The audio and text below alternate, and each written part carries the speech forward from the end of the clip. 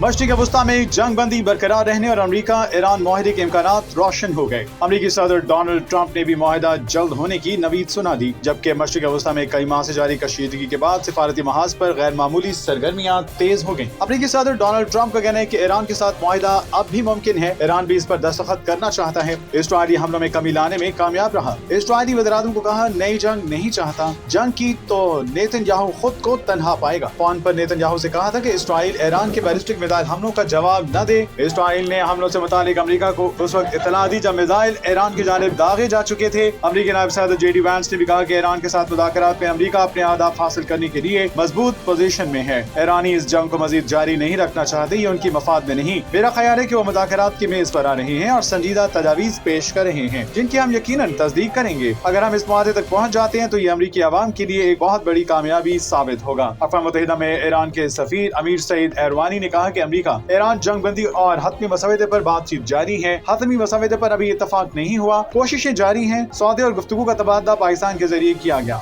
अमीर सईद एरवानी ने मजीद कहा, जंग बंदी के मसवदे में लेबनान समेत तमाम इलाकों को शामिल किया जाएगा। ईरानी सदर मसूद पज़ेश्कियान ने कहा कि मैदान छोड़ा है, ना ही मुज़ाकरात की मेज। सिफारतकारी और दिफा कौमी ताकत के दो अहम बाजू हैं। अव्वलीन तरजीह कौमी सलामती और अवाम के अमन और इस्तेहकाम का तहफ़्फ़ुज़ है। ईरान किसी भी किस्म की धमकी या दबाव के सामने नहीं झुकेगा। दूसरी तरफ इसराइल ने कुरम, अबू सालेम और रफा क्रॉसिंग खोलने का ऐलान कर दिया। इसराइली हुकाम के मुताबिक दोनों क्रॉसिंग को लोगों की आमद-ओ-रफ्त के लिए खोला जाएगा। रफा क्रॉसिंग महदूद नक़्ल हरकत के लिए खोली जाएगी। कुरम, अबू सालेम क्रॉसिंग गाजा में इंसानी इमदाद के लिए खोली जाएगी। इसराइल ने रवां साल मार्च में दोनों गुज़रगाहें बंद कर दी थी। उधर लेबनान के सदर जोसेफ ऑन ने इसराइल को मुज़ाकरात की दावत दे दी। कहते हैं, खित्ते में देर पा इस्तेहकाम सिर्फ बातचीत के जरिए ही मुमकिन है। ताकत का इस्तेमाल मुस्तकिल अमन की जमानत नहीं बन सकता। अगर दोनों फरीक संजीदगी से मसाइल का हल चाहते हैं तो मुज़ाकरात की मेज पर आना होगा। लेबनान गुफ्तगू के लिए तैयार है और तनाज़ात के हल के लिए सिफारती रास्ते को तरजीह देता है।